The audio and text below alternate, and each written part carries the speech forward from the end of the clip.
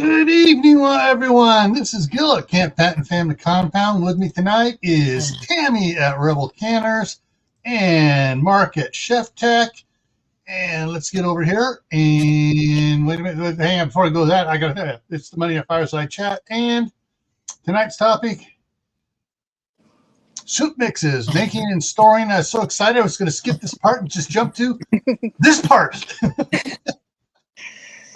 This is there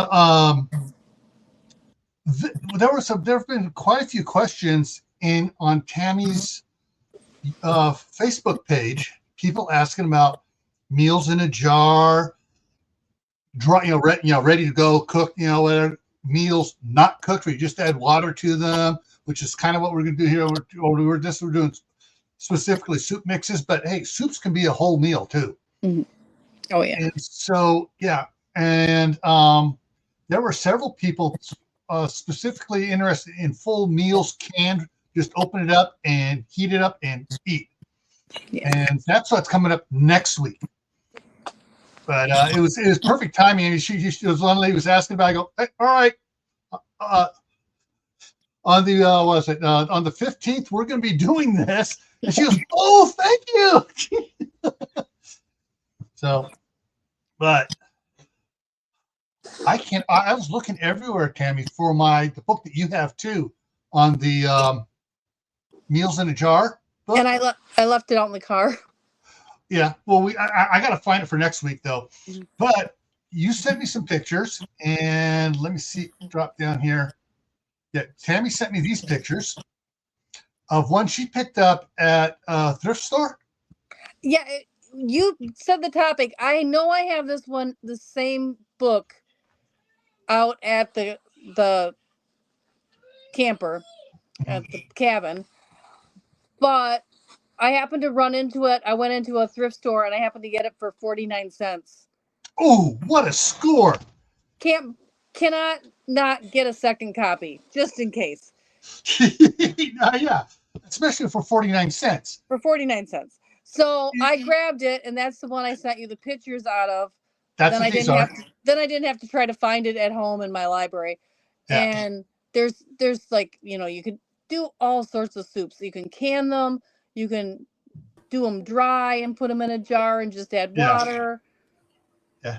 There's so this one is I'm going to bring it back up again. So this book is called More Make a Mix. Mm-hmm. All right.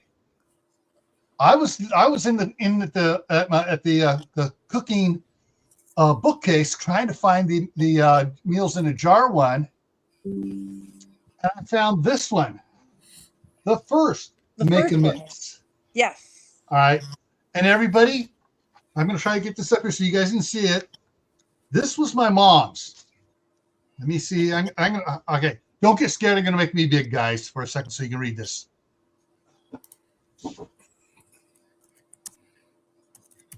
My mom had a habit of writing the date whenever she bought a book and what city we were living in at the time. 78, which turns out is the year my brother graduated from high school. But yeah, I mean, I'm just looking at it here, and in this one, it says baking and cooking with master mixes, special mixes, breakfast and lunch, breads and rolls, appetizers and soups, main dishes, casseroles, cookies, cakes, more desserts. Let's go camping. Let's make gifts. There is a whole set of this book, another one in the series that is gifts in a jar. Yeah. And so, yeah, there. If you guys check your thrift stores, if you can find any of these type books, even if it's $5, it's worth getting. Yeah. But I'm looking at this one, so 78. I can't find. I'm looking for the UPS. There's no barcode on it. There is an ISBN number that they could type in, but no barcodes yet. And so there's nothing here that I can find. Sometimes they'll have it on the published page, what the price was when it was sold. Nothing. What's the date of the on the published page? When was it published? Tucson, Arizona, 1978. Yeah. Oh, okay. Yeah. So it was all part of the Back to the Land movement at that time. Yeah, this was Karine Ellison, Nevada Hayward, and Madeline Westover. The three people that put this together. Yep. But it's got this. Mine says over 200. Just does yours say how many on it? No, it doesn't. But yeah. So yeah, these books are absolutely fabulous to get, and I know when my wife comes up, she's supposed to come up here. Let me see. Okay, so Christmas is there. So she should be coming up on the 20th. Nice. And stay until the 3rd. Oh, really nice. Yeah, 2 weeks. So hopefully she can do that. And she'll just work from up here. And we'll have to make sure that the boys don't come over unless I'm able to take them in the other room, and she can come back in here and hook her computer up to my monitors so she can do all her work here. And she'll get, if she does this, she'll be going, I can see every. She has two little itty bitty monitors they gave her. So she'll be here like, okay, I'm hooking this up to the TV from now on when she gets back home. What do you got? You got two 80-inch flat screens in there or what? No, I got two 32-inch flat screens. There you go. The TV at the house in California is a 32-inch because it fits inside of a cabinet that was my mom's. Gotcha. And so 32-inch is the biggest we can go inside of there. But hey, you know, you can put the 32-inch, and then she can put something bigger on the floor beneath it where she can just look down and look at it right there and work on it. But anyways, so mixes. I noticed on yours you put in there the two you picked out on the one page. We'll go back to it. Is the best ever minestrone soup and French onion soup. I can't pronounce that French word. Gratinée. Thank you. I wasn't even trying. I was that's not going to. That's why you bring a chef on here. Yes. Just say with cheese. It works. Yeah, with queso. I was not going to butcher. I knew I would butcher. It's like, it's French. I'm sorry. I never learned French, even though my gratine. Yeah, that's it. My gratine. grandmother was Fournier from France. So, yeah, she came over here and married my great grandfather. Nice. Who was from Ireland. Oh, that was a one hot household. No, all right. Oh, you got French. You got Irish. What's worse than French and Irish? Scottish and Irish. My wife is Clan Campbell. Mm-hmm. I'm Clan Patton from County Cork. Our kids have our tempers. Well, Alex doesn't. Alex is so mellow. He just leaves the room and goes, "You guys are idiots." All right, there's a bunch. Let me check over. Let's go. Yeah, let me go back and. Yeah. Okay. So, welcome everybody. We've got 29 comments. So that's up here. So first one in was Butch from Sand Hollow Homestead, and then Mark popped over on your side and said hi. I'm still. You said hi to everybody over there. Kipper 66, and he said it's the first notification he's received for me in months. Well, yeah, it's been a while, but I guess the last 2 months I've been popping up now and then or whenever. Aiden Ear is here, Angel's Homestead. Diana's here, and I'm not sure if this is just the one who used to. I know a lot of people's names changed. I don't know what YouTube did, but I think that's Diana too. Because that was the one that was always in here before. Uncle Richard is in on your side. Yeah, Uncle Richard. Let's see here. And he likes being called Uncle Richard. I gave him that nickname. My kids gave him that nickname. Yeah. Mo Loves Rainbows is in on your side. Trucking Wife is in on your side. Shady Hill is on your side and my side. They're double dipping. Thank you. Everybody's talking back and forth there.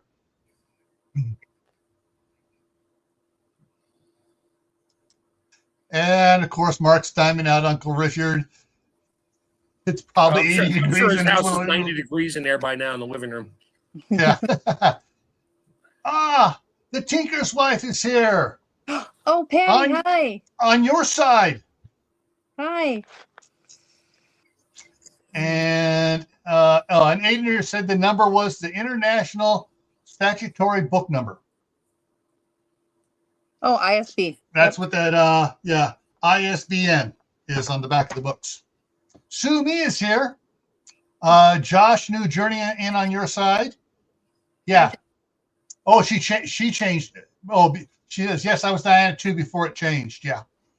And so we got a lot of people on both sides. If any, like it says down below, I'm going across there, lurking is fine, but just lock in and say, hey, I'm lurking, or hey, I'm just listening.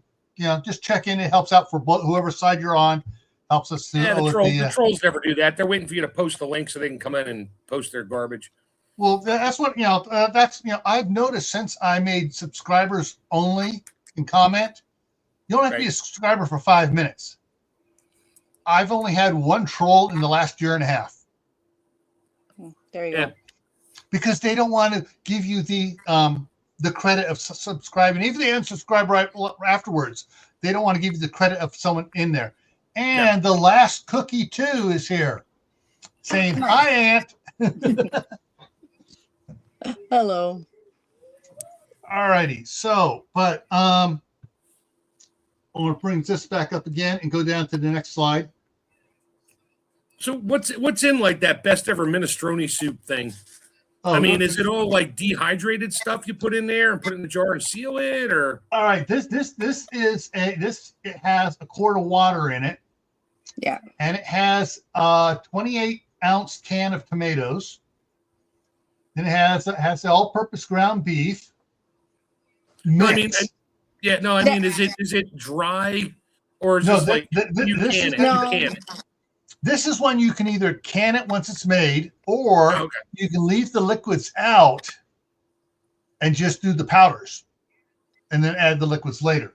So you got to go through it, and it's half teaspoon basil leaves, 1 tablespoon dried parsley leaves, 2 cups beef broth. So if you want to make a dry mix, you would save that and add it later. You got tomato sauce. You got carrots, peeled slice, so you could dehydrate those. Dried oregano leaves, pepper, garlic, beans drained, green beans drained, kidney beans drained, and 1 1/4 cups. I can't pronounce that. I can't even read it. Most macaroni. Maximize my screen. Yeah, macaroni. What's the pasta in minestrone with the little the little pastas that are and it says pastacholi macaroni. Yeah, that's pastacholi. There you go. Those are like little straight cylinders. I have bags of those things. I love them. Yeah. So there's actually 3 ways you can do this. One, you can go ahead and mix it up and can it. Make a big batch, can it up into your quart jars. If you do that, throw the noodles in dry when you throw them in a can, or else they disappear. Yeah. Well, I would not put the noodles in until I was ready to cook it. So I would just have the noodles on the side and add them in. But the time it takes to heat your soup up to cook it, your noodles are cooked. Yeah.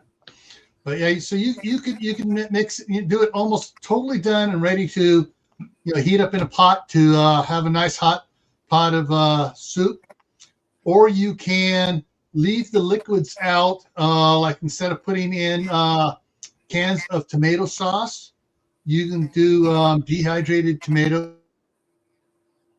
powder. And I froze dehydrated tomato sauce, dehydrated canned tomatoes, whatever you do that type stuff, do it that way. Or you can mix it all up, and instead of canning it, you can do it Mark's way. Pour it in a tray, freeze it, stick it in his freeze dryer, My wife loves that because we do like, whatever I make soup from whatever we got laying around. I make soup. She's like, this is really good. I'm like, great. So I'll pour a pint in each one of my pre-trays, freeze it, and then I freeze dry it. And each one of those squares gets just, pounded up and thrown in a pint jar. And I know you have to fill it to the top with hot water. So she takes them to work, walks over to the coffee maker and has the hot water dispense on it, fills it up with hot water, puts the lid on it, puts it on the counter, leaves it there for 5 minutes, and she's got soup. So and it lasts 25 years. Yeah. So, soup mixes, it's simple just with that. It's easy. One of the ones that made it from, I just created my own, just, looked at some recipes. Now grab some there. I took a little carton of Idahoan hash brown, dried, ready to be put it back, soak the water. Put that in. Put in a certain amount of powdered mashed potato powders, parsley, garlic, other things, and I made my own potato soup. There you go. Now if I'd left the water out of it, that would have been a great mix. Yes. And so you can make like homemade potato leek soup dry. Use your dried mashed potato, whatever's you buy at the store, Ida, whoever they are, and throw some dried chives in there, or dried leeks if you can find them. And a couple cubes of chicken broth, chicken base, chicken bouillon, whatever. Throw them in a jar. And you can just add hot water. You just have to stir it a bunch of times, and yeah. Now, when you're making soup mixes, you can make them so it's for a really like a broth-based soup, a medium consistency, or a thick chowder, like chili. Yeah, and if it turns out too runny, just add more potato flakes to thicken it up. Yeah. Any soup. Yeah. And so don't think inside the box for making soup mixes. Think, how can I make this? Can I make this without having to add liquid into it? What can I do to make it this way? Or what can I do to make it? Think about it. And dehydrator. Get a dehydrator, get a freeze, if you can get a freeze dryer or not, or you have a friend that has a freeze dryer. Hey, can I freeze dry this mix here? Yeah, it's a friend that doesn't live on the other side of the country. Yeah. Yeah. There are places right now that are like our local farmers market. They bring candy, but they also rent out their freeze dryer. So if you had a whole bunch of stuff you wanted to freeze dry, you could rent the freeze dryer and they do it for you at a certain charge for the weekend. Yeah. Right. So you can, there are starting to get places where they will rent them. Yeah. Interesting thought on that. My friend Ben Gilmore, Minuteman Prep, well, actually Minuteman Solar now, because his solar business is taken off, big time. Anyways, his house runs it most of the time on 50-50. Part time on solar, part on the grid and stuff. Mm-hmm. But when he's doing his freeze dryer, it's out in the garage and it's totally on solar. All it is. It's totally on solar. Right. And he goes, having the solar pays for the electrical costs really quick to pay for the but not only the solar panels and everything, but for the freeze dryer itself. Yep. Yeah. And Sumi just went over to your side saying double dipping. Thank you, Sumi. Thanks. And so let me go back over here. There we go. Go over to this. So some of the ways, here they're doing wet stuff. I couldn't find any pictures of dry stuff being done. But if you're going to want to do vacuum seal soup mixes in the jar here without canning them, you can use this to do it. But what I would do is I found this out from several people telling me to do it in the bags, and it works in the bags, the seal meal bags, is you cut a coffee filter to set on top. Mm-hmm. And that when you start sucking, the coffee filter lifts up against it and it stops the powder from going up into your machine and destroying your machine. Now, if you're doing it in a bag, like, I couldn't find any pictures of dry stuff, but what you do is with the part that goes into suck through, you fold the coffee filter in half, lay it across there. So it's basically the coffee filter tries to open up inside the bag at first. And when you clamp down and start sucking, any powders that's going to try to shift is going to hit the coffee filter and not go into your bag. Yeah, it's like a dry filter to keep exactly particulates from destroying your pump. Yeah, exactly. Yeah, if you're gonna like, I do that with flour. I'll put certain flours and very, very powdery things in jars, and I'll seal meal or run my sealer off my seal meal on it, and I'll put a coffee filter on top so it doesn't suck flour dust into it, because that just makes a mess. And the next thing has some moisture in it, and you got gum in your motor, and it dies. Yeah. Oh, Tammy's falling asleep there. Come on, Tammy. It's been a long day, okay? Yeah. And I've been pumping the caffeine, and I still am. Not enough Dr. Pepper in a day, huh? I finally got inside the house where it's warm. I've been out on the road all day, so now I'm like, oh, I'm warm. I'm gonna sleep. All that fresh air. Yeah. The I was just getting very nervous for the start time on this. That's how come I didn't come up beforehand until like quarter of, because I still had all the grandkids here. Oh. All like, 4 of them. Get out. It wasn't bad when I just had Danny threw up this morning before he went to school, so his mom kept him home. 2 hours later, he was doing pretty good. Whatever was bugging him, whatever he snuck down and ate during the night, he got rid of it, and he was doing good over there all day. And all right, I'm gonna get to that in a second. And so when she had to go in she had a doctor's appointment set up, and so she left about 1 o'clock, and he was over here, and I went to Walmart today. Everybody, great deal. I got all 3 Santa Clauses. Santa Claus 2, the Mrs. Claus, Santa Claus 3, the Escape Claus, a pack of them, all 3 of those, $19.26 at Walmart. There you go. And it'll keep the grandkids busy for a couple months. Well, Danny goes, "Oh, I've seen it," and he goes, "Wait a minute, I don't remember that." He's back over the couch just watching it until his brother showed up at 4:30.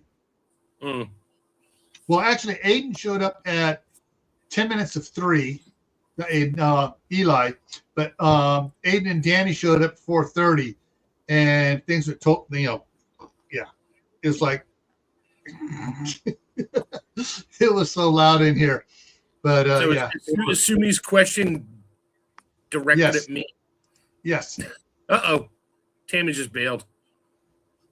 Dropped her. She might have gotten a phone call. That happens when she gets a phone call. It boots her off her phone.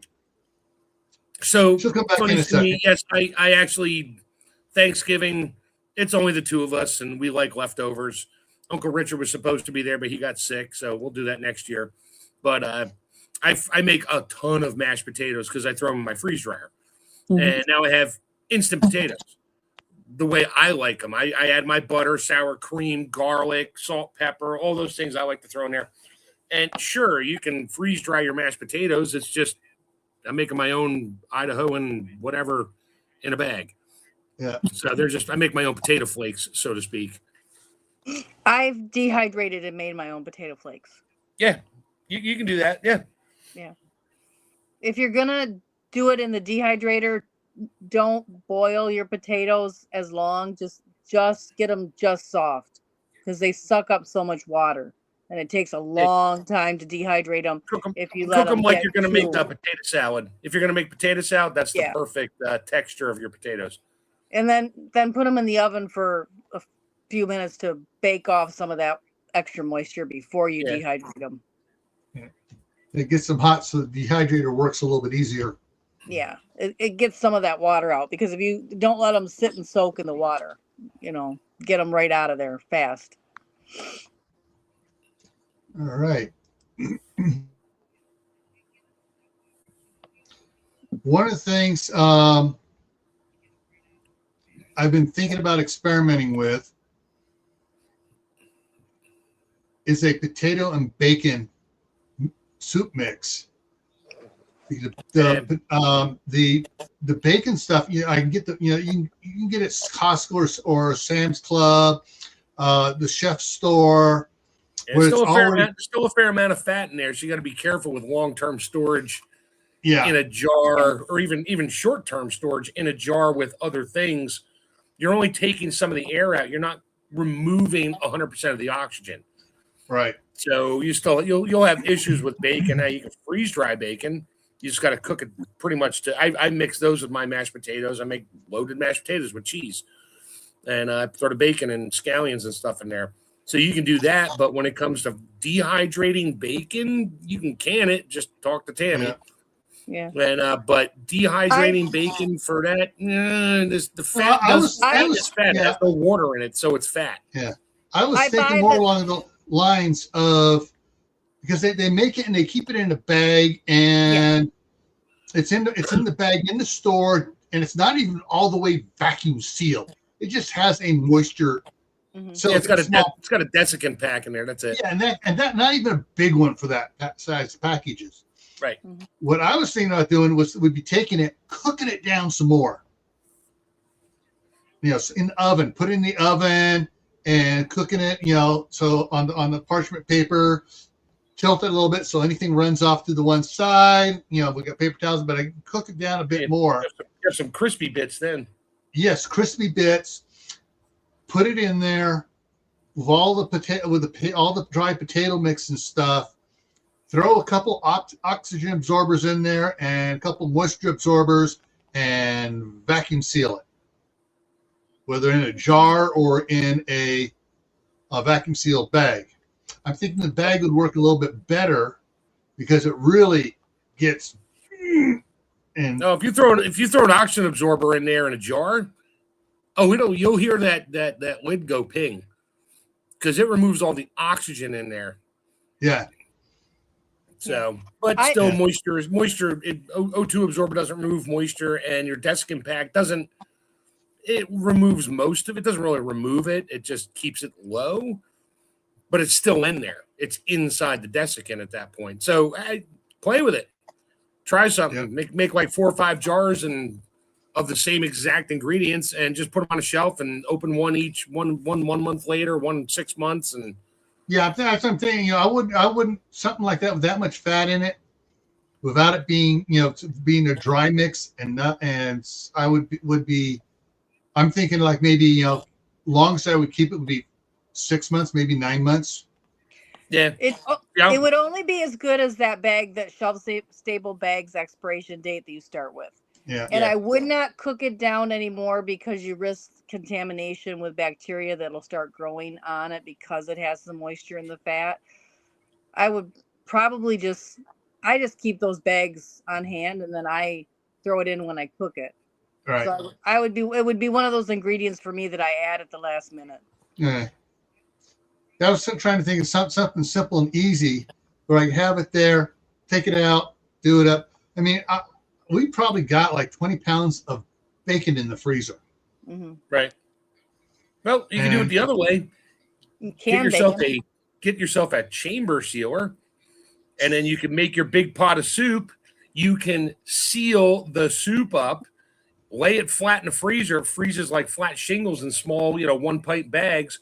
Yeah. And you're good for a long time, because there is no air in there, and it's in the freezer unless your freezer dies. Yeah.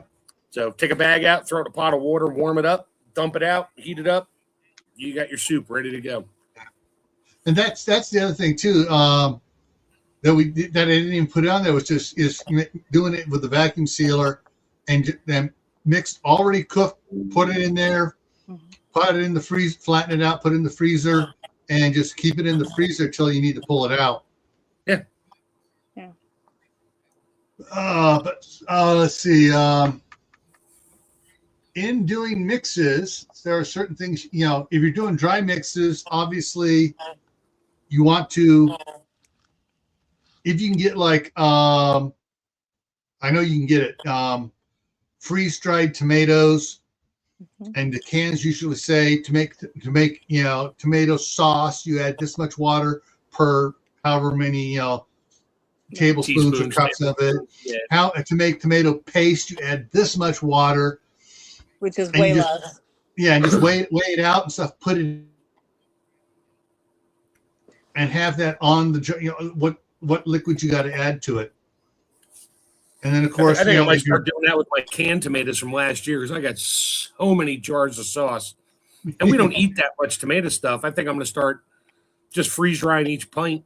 That way I know how much water to add to it, and I can use it as a tomato sauce powder, plain with no seasonings, and it's just tomato powder. Yeah. All right, someone put a comment in the side chat here, so I'm gonna address it really quick. Off-topic question. Thoughts on Atlas? Atlas Comet has already passed the apogee about a week and a half ago. And it wasn't a freaking alien spaceship. Imagine that.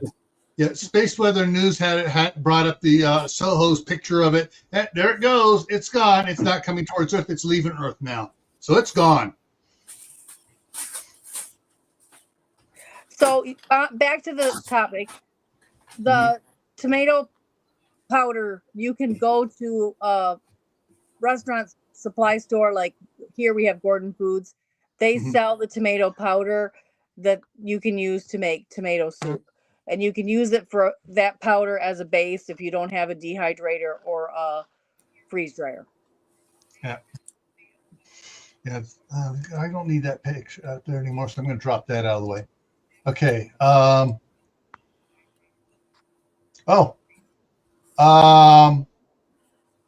topic again, just popped out. I just went down. I had my email up over there.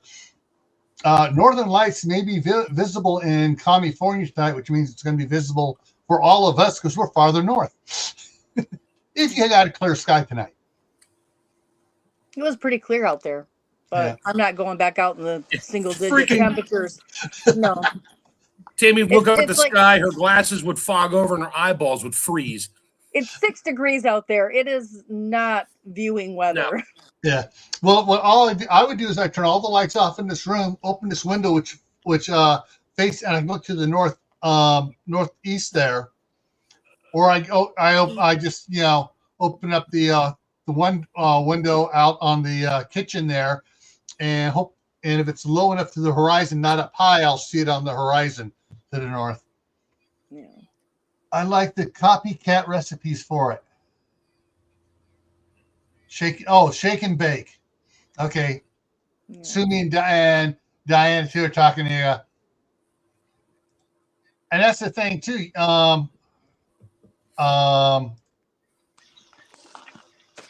Some people, I'm not naming who, my stupid sister.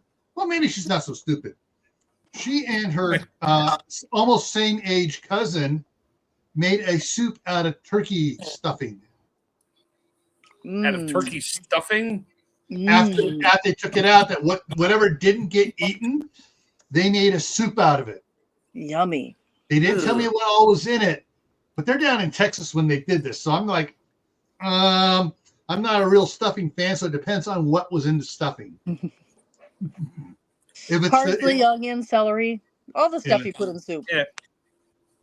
So along that lines, if you guys think that's a good idea, you can always get what's the big stuffing mix, common stuffing mix? Stovetop. Can you make soup out of stovetop? Yes. It's bread, but okay. I would want to I'd want to put like a lot of onion soup base on it and make it make a French onion soup. You might want to take that, put it in a Ziploc bag and run a rolling pin over it, unless you like chunks of bread in there. I don't know. Turn it into a powder. I love chunks of bread in my soup. I usually throw croutons in my soup. Yeah. So. My wife hates soggy bread, but if it totally disintegrates, it's not soggy bread. That's right. Now, we've mentioned several times here French onion soup mix stuff like Lipton's or Nor. Yes. I love Nor for making my own. However, I've read the ingredients on those since I became aware of certain things, and it's like, no more. Yep. Nope. We have a brand here. It's called Bear Creek. And yes, I love Bear Creek stuff. All dried soup mixes, and sometimes I will get them. I'm like, oh, I could make this. I really could make this, but they're really super good. And then I doctor them up with canned goods, so I might throw canned vegetables in with it, when I cook it instead of the water. Yeah, my wife dumped the cream of chicken in one of their mix. I can't remember. It may have been the potato one, a Bear Creek potato mix. Mm-hmm. She dumped a can of cream of chicken in it, and there was another one. She put it's the Campbell's beef, not bouillon, but beef. I can't remember what it's called now. But I wouldn't eat anything Campbell's anymore. Sorry, after what I just heard and read. I went through and read all the ingredients too. There's only 4 Campbell soups we have in here. And I've read all the ingredients on it, and it doesn't have all the crap that you have in it. But it doesn't. They don't tell you what kind of meat it really is either. So well, it's like the oh shoot, I wish I almost want to run in there and grab that soup, but it's what she uses when she makes the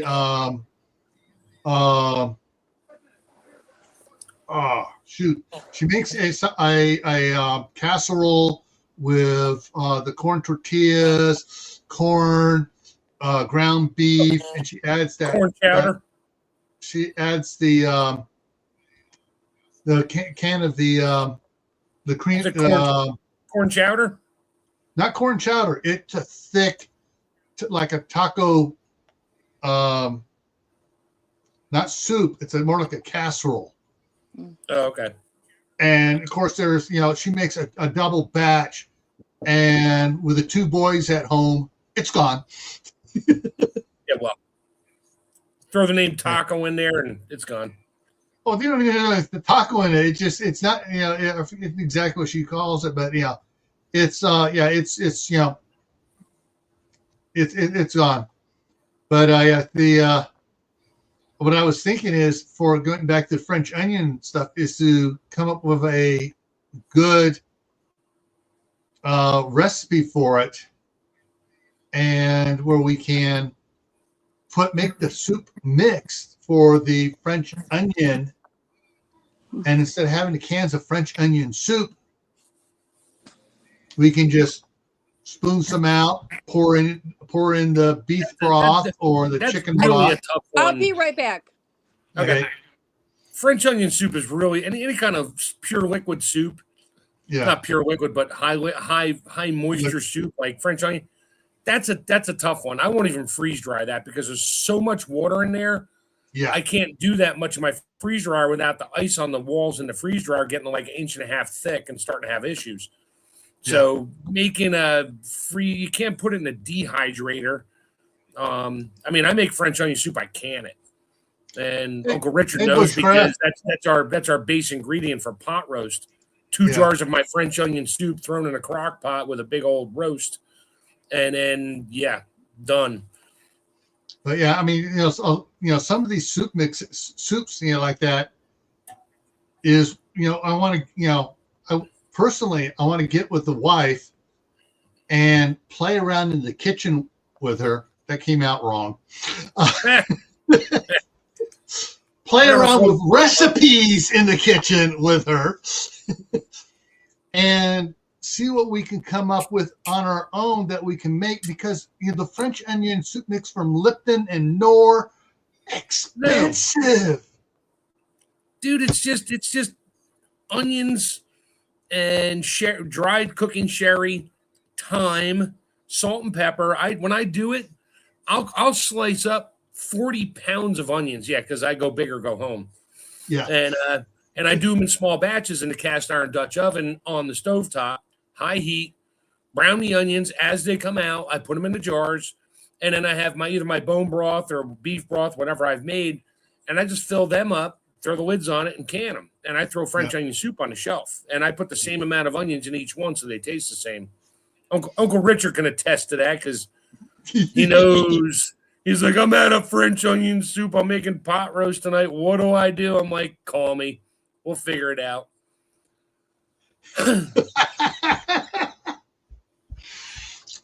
Those on Tammy's side, can't see Bushcraft's comments. So all right. Yeah, no. Is that a box of tissues back there on your cabinet? Kidding. You know where that joke just went. Yeah, no. That's paper towels. Okay. That's a roll of paper towels. Sorry. The Bear Creek is a good starting. Yeah, you can take Bear Creek mixes and go amazing places with those, and just add more powders to it without the liquid yet. Once you figure out the amount, then you can add equal amount to it and make your own ones, and then add the liquid later. Whether it's going to be you're adding chicken broth or turkey broth or beef broth or whatever to it, or you're just adding water or milk to it to finish up the mixes. And that's the thing with some froze. Some of the mixes is great is that you can add your water, your milk, your butter, your cream, or whatever to it afterwards, and it's a lot quicker prep time to make the soups. So you don't have to start from scratch. Like you were saying, go big or go home. Do a decent amount so you have several things of it and just pack it up. Now,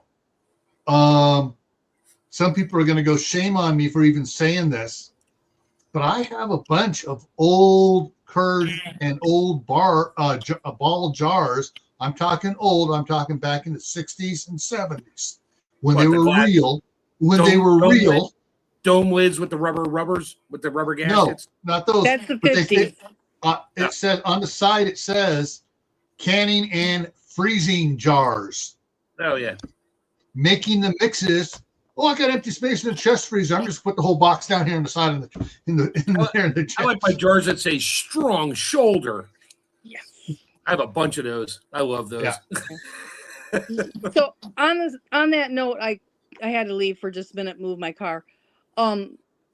There's also the master mix. I gave you the recipe. I sent you a screenshot of the master mix for all the cream soups. So you can make any cream soup with this master mix, and it's a dry powder. Did you email it? Yes. Which email? Camp Patton? Yes. Okay. It was a reply to your link. All right, there we go. Okay, so I emailed you a few minutes ago too with a new to update my avatar. Yeah. Picture. All right, so let me move this over here. I'm going to play things. This is one thing. It's just fun for me to do this, but most people can't do this unless they have 2 monitors or 3 monitors. So let me see if I can. There we go, and we're going to go here. Boom. There we go. So this is cream and mushroom mix, and powdered milk, cornstarch, flour, dehydrated mushrooms, black pepper, parsley, thyme, garlic, and onion powder. And you can take out the dehydrated mushrooms and add dehydrated chicken for cream of chicken or celery for cream of celery. It's basically any cream of soup mix. All right. Where is the, let's see, does this take me to the next one? There we go. Ingredients. That might be a different mix. Yeah. Freeze-dried. This is broccoli florets. Oh, yeah, that's the broccoli soup. Freeze-dried broccoli soup mix. With potato flakes. Oh, sure. You didn't give that one to me. I see how it is. Cheddar cheese powder, cornstarch, chicken bouillon granules, which would be like the, actually, no, it'd be okay. better than bouillon is still too moisture. Too wet. It's too wet. Yeah. Garlic powder, black pepper, parsley. Okay. Knorr Knoor also makes a great dried chicken bouillon powder that you can use for this. And this one here is empty jar of, this is a continuation of the previous. Empty contents into large saucepan, add 6 cups of water, bring to a boil, reduce, simmer for 20-25 minutes. Extra richness, stir in a half cup of milk or cream just before serving. And top, and they're not saying here, but I'm going to add it to it, top of grated cheese. Yes. And that's the broccoli soup, the frozen broccoli soup in a jar. Or freeze dried. Top with cooked chopped bacon. Bacon, cheese. Yeah. Yep. Yeah. Oh yeah. Universal cheese sauce. Okay, here we go. This would be great for a cheeseburger soup. All right, I'm gonna have to scroll through this, but I'm gonna make it bigger here. I should have done it with the others. So you got ingredients: powdered cheese, powdered cheddar cheese, powdered dry powdered milk, cornstarch or arrowroot starch. Yep. Mustard powder, onion powder, garlic powder, salt. You know, use the salt that doesn't expire for another 12 million years. Yeah. Oh man, I just threw mine out. It said it expired last week. Damn it. White pepper. Thrown in the driveway for the ice. There we go. I can just drag it up. It's just the same recipe, but for the quart jar. If you want to make a quart of the mix, it's just a pint or a quart recipe. Yeah. How much you want to do. So this you could use to make a macaroni and cheese, or you could use it to make like a cheeseburger macaroni cheese mix. Homestead on purpose. Yep. Great channel. Yep. All right. So that's the 4 pictures, right? Yeah. Yeah. And I will be downloading these out of my email into my stuff. So you guys can either contact Tammy at Rebel Canners or me, and then we email you. I'll try to type them out in the description of my video later. Okay. Or if you're lucky, picture it'd be kind of hard. Yeah.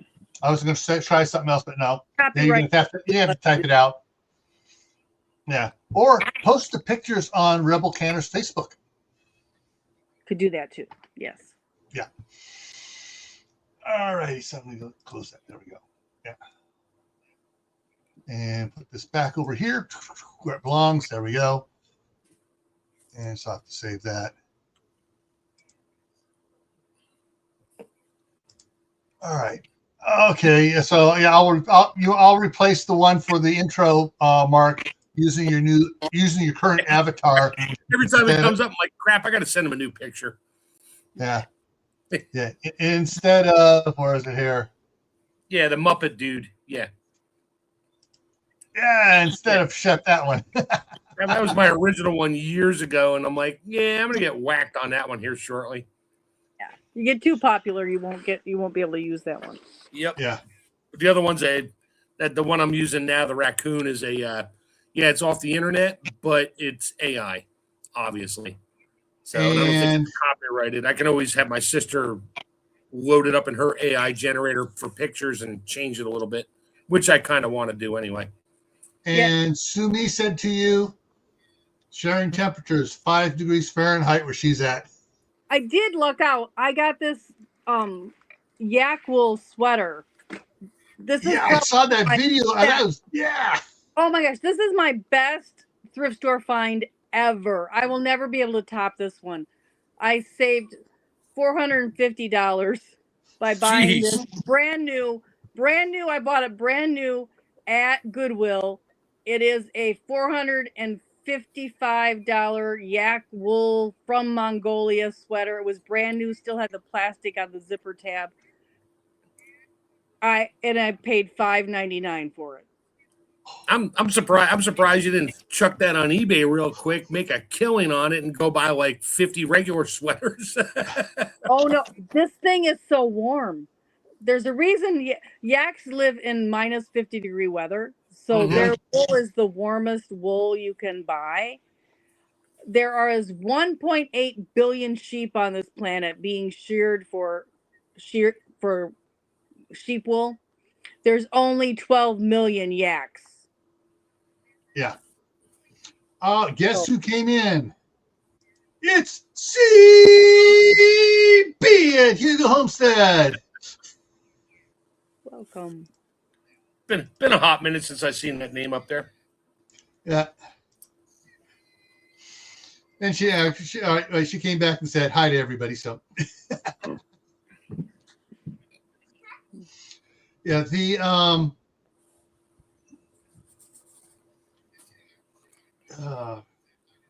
just lost it here. Brain fart. Oh, beef consomme soup is the Campbell's one my wife uses, and so I want to figure out a way to find if there's a powdered version of it or how to make one that just add water to it to get the So it's It's very condensed beef broth is all. Beef consomme is clarified and condensed beef broth. Okay, we're gonna have to talk about how to clarify it offline so we can. It's strained. It just means it's been strained, so there's no meat. Oh no, there's a French way to clarify broth, but anyway, that's a whole nother topic. Yeah, we'll have to talk about that. Trademark.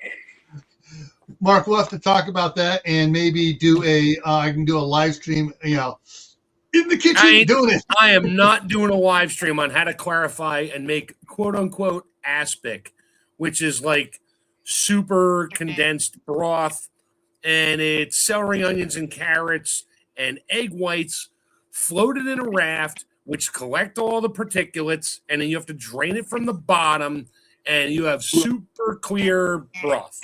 Yes, it's very time consuming. I did it in college. I will never do it myself. Yeah. I will run it through a damn coffee filter first. Exactly. Because the cheesecloth. Just the beef broth I got when I was canning it, when I was taking it out of the store-bought quart containers and putting in the glass jars to can it, it looked like there's things in there. Yeah, it didn't look like there was things, but I guess there are things to strain out of. I just made 10 quarts, 2.5 gallons, I think, maybe a little more of bone broth. I sent Tammy pictures just to piss her off. Oh, it was so yummy. Roasted all the bones. Now bones are expensive these days. I haven't bought beef bones in years. I don't know, it was like almost $4 a pound for beef bones. I was like, holy crap. Yeah. So I got 20 pounds of bones. I roast them in the oven, and even the fat, everything that comes out of those bones, everything goes in the pressure cooker, canner, and I just top it off with water a lot. And I'll send you my last little short video, Tammy, of it was outside cooling off overnight. When you rotate the pot back and forth, it does the jiggle. And I'm like, yeah. So I had to heat it back up, get all the fat off of it. I have 1.5 quart of tallow right now, which looks amazing. Ooh. It's gold when it goes in the jar, and it turns bright white when it hardens. It's awesome. So I think I have about 14 quarts of beef tallow now. I love making onion rings and French fries and beef tallow. Oh my God. Back when McDonald's French fries were good, they cooked them in beef tallow. Yeah. They have to go to In-N-Out Burger to get it. There's a couple of burger places that are changing to beef tallow. Yep. However, there's one that won't. It's Five Guys hamburgers. They do it. They do it in peanut oil. Yeah. So that's why I can't eat there. Yeah. Yeah. I can't eat anything there. Anyway, I got. So all my broth now. If I freeze the broth and freeze dry 2.5 gallons of broth, liquid. I mean, it's literally liquid with flavor in it. I freeze dry 2.5 gallons of broth. I will literally wind up with 1.5 pints of powder, maybe just a pint. That's a lot of freeze dryer work to make your own bone broth powder. Right. So yeah, I don't have the big companies that sell packets of bone broth powder. That's why that crap's expensive. Yeah. It's really popular right now though. So like you can get a little packet to just stick in hot water for a couple dollars though right now. Yeah, that's the thing. It's because a couple so dollars popular. to make a cup. I get it. Yeah. No, believe me, I know. My bone broth is just that. There's no salt, pepper, nothing in there. It's just bones. Yeah. Bones and water. That goes in my Today- jars, and I use that for my base for stocks and things when I'm making soups and that. Today when I was at Sam's Club, picking up another 6 big cans of Swiss Miss cocoa mix for the grandsons. You can make that. It's in that book. Yeah. But when I was there, I was going up to one aisle because I was going to get some. I needed to get some more olive oil, and I saw someone's video. They go, if you see the olive oil and it's in the green plastic jars, check what's in it. And sure enough, it wasn't pure olive oil. No, it's a blend. Yes. And so, but I got throw it in the freezer and throw it in the refrigerator and see what happens. If it doesn't gel up, it ain't olive oil. Yeah. Anyways, I got the regular, but that one other thing right next to the real clear was a Portelli one source olive oil. Mm-hmm. Right. There were buckets of ghee. Ooh. At the Sam's Club here in Idaho. Wow. Ooh. And the other day when I was there on a different aisle, they had small buckets of tallow. Oh, nice. In Sam's Club. So yeah, it's like I went to the butcher shop to buy my beef bones. They were selling beef bone broth in quart containers, frozen, and it was like $12 for a quart. Mm-hmm. I'm like, holy! I have not been to the butcher in so many years, and to buy anything really. The last thing I bought was chicken backs at one of my other butchers, like 5 years ago, to make broth. Of course, I walk in the door. I'm like, you have chicken backs? They're like, yeah. How many pounds you need? I'm like, how many you got? They're like, we'll have to check. They're like, how many you looking for? I was like, how many you got? Like, we have 46 pounds. I'm like, I'll take it. Really? I'm like, yeah, really. The last time I made bone broth, Sarah from Peelies and Petals didn't live in the UP. She lived close to me. And she messaged me on the phone. She's like, hey, they've got free bones here at the butcher shop. How many pounds do you want? I'll bring them to you. Free? Yes. And so the last time I made them, it was my favorite price, free. But I'm always looking for deals like that. Well, that's what I got from Uncle Richard. We have a friend that we worked with together years ago, and we both talked to him and all that. And he was getting a cow butchered up, and he's like, "Hey, Mark, do you want anything?" I was like, "Yeah, the bones." He's like, "The what?" I was like, "Tell your butcher to cut all the bones. I don't care if they're shin bones, knee bones, femur bones, rib bones. I don't care what bone it is.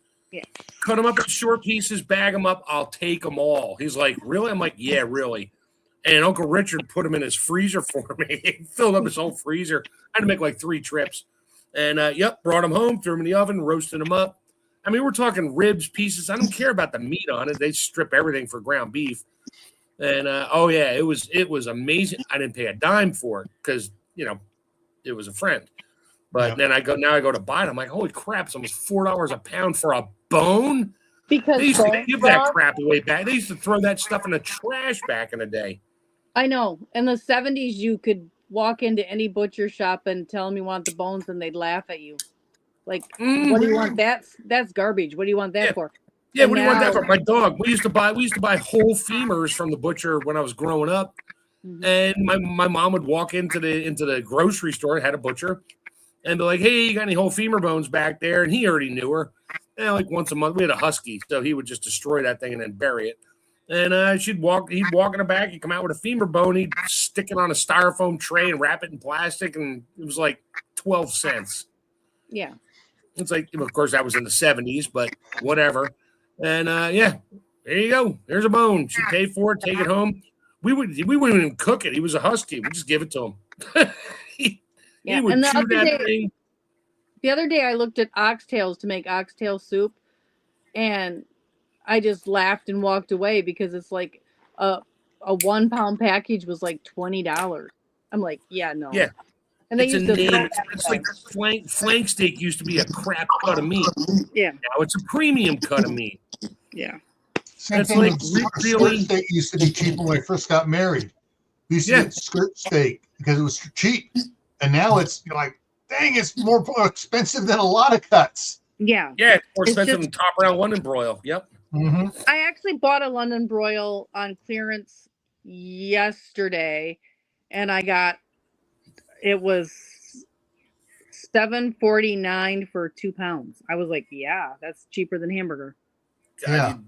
You'll hate me anyway because I go to my buddy. He has a fresh to frozen U.S. foods list, and he just told me, he said, I forget which cut it was, not eye round, the other half of the T-bone, and ribeye. Ribeye bone in is $4.89 a pound, fresh to frozen. Ooh. Whole with the bone in. I was just like, I don't care. I'll use the bones too. He knows that. At that point, I'm sure I'll drop $300-400 on his on his thing. That and chicken, boneless, skinless chicken breasts are at $1.22 for a 40-pound case. Ooh. So, yep, I'll be buying. I don't have room in the freezers, but I got to process this stuff up and do other things with it for my dog and my kids and Uncle Richard. Uncle Richard needs food. Yeah. So, you're talking about, clarifying or filtering the beef broth to make the beef consomme. Mm-hmm. Yep. The Campbell's beef consomme is nowhere near clear. No, it's not. It's just a cloud. That's all it is. Yeah. It's just boiled down garbage cuts of meat, boiled, add some seasonings to it, and then they just can it. They run it through like a metal strainer to get the bits out of it, but it's still cloudy. Yeah. Okay. So, like, if I were to take and some of the quarts of beef broth I get, and just put a couple quarts into a pot and just let it slowly simmer and steam off and cook down. Yeah. If you cook it down to about not quite a half of what it is, it's just Campbell's soup is just a concentrated beef broth. They're concentrated. Okay. If you cook it down, you're making a demi glaze, which is an 80% reduction from broth down to super. So it's naturally thick and shiny. Yeah. But you got to do it. If you do it with a non-clear broth, stuff you buy in the store, it'll be thick. It'll be weird looking because it'll have so much things in there that don't boil off because you're just simmering all the water off of your stuff. So if I ran it through a coffee filter before I start boiling it, help? Won't work. Well, you can't. You'll get about 2 tablespoons in that coffee filter. It'll clog it up. Yeah. You need like 8 layers of cheesecloth, and that'll help. But it's not. Cheesecloth is not perfect. I don't care who you buy it from. I have these nice towelettes my wife gets from where she works, won't say where, that they use. They're sterile because they use them to wipe babies. They're no lint, no dust, nothing. I'll stick one of those underneath my funnel on a quart jar, and I'll punch it down in there. They're sort of big. They're just rectangular shape. And I will pour my broth through that to strain out all the little bits so it's nice and clear. But I go through one towel every jar. It clogs it up. Mm-hmm. There's so much fine particulate in there. It'll clog a coffee filter really fast. So you'll be sitting there scraping it with a knife or a spoon trying to get it to go through. And no, coffee filter on any kind of your store-bought broths, you're not going to make it clear. You're just not. Well, I wasn't saying it, but just kind of remove some of the stuff in it. So if I boil it down, If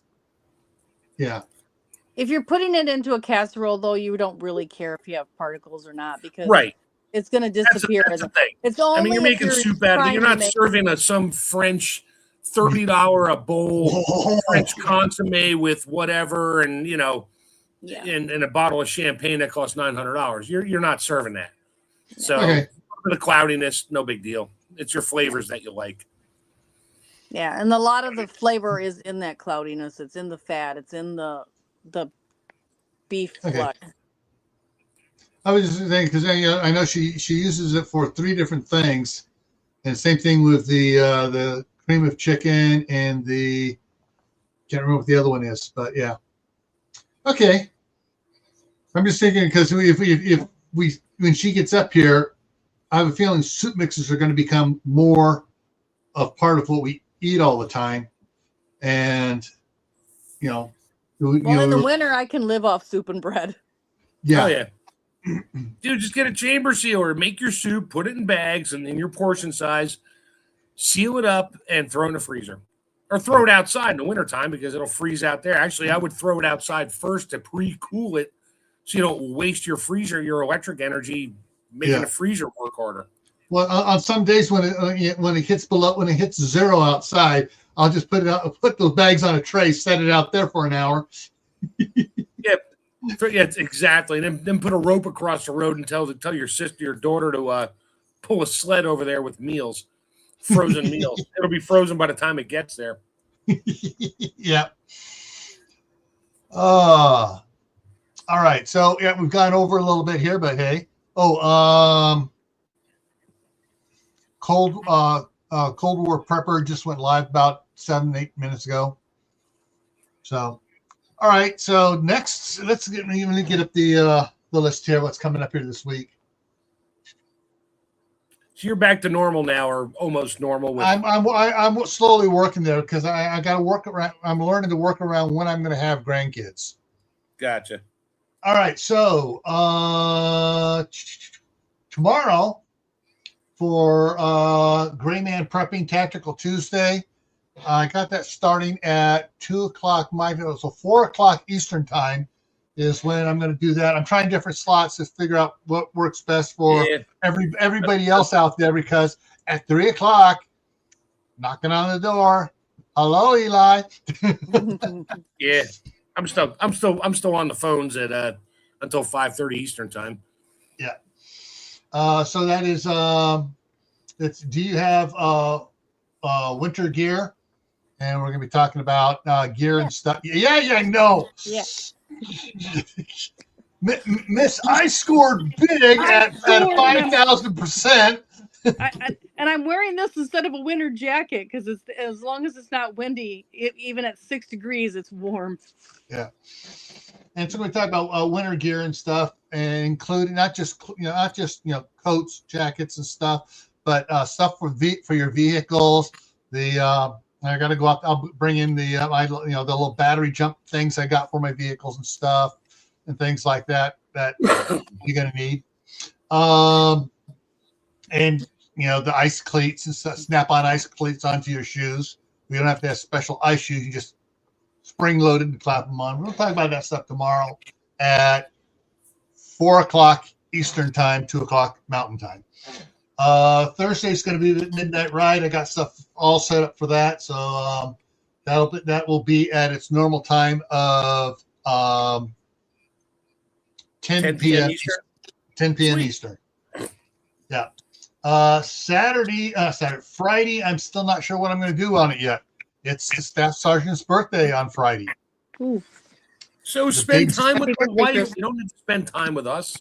I don't. She may be deciding she's going to go to a movie and be by herself. She hates celebrating her birthday.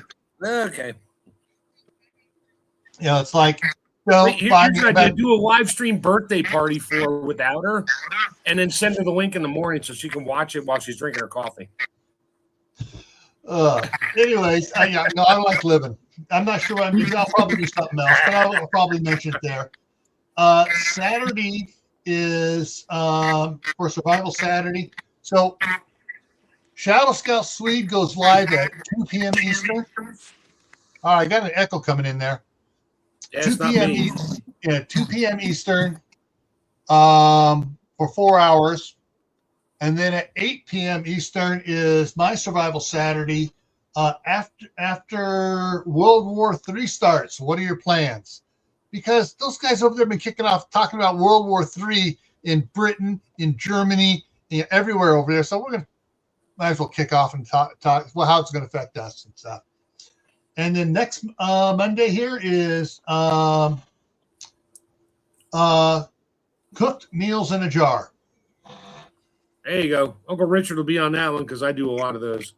Yeah, and so that's going to be ones where it's already cooked, it's canned, it's sitting on the shelf, and I'll have to pull one of my pot roast in a 1.5 pint jar meals that I made in 2017. Yeah. Ooh.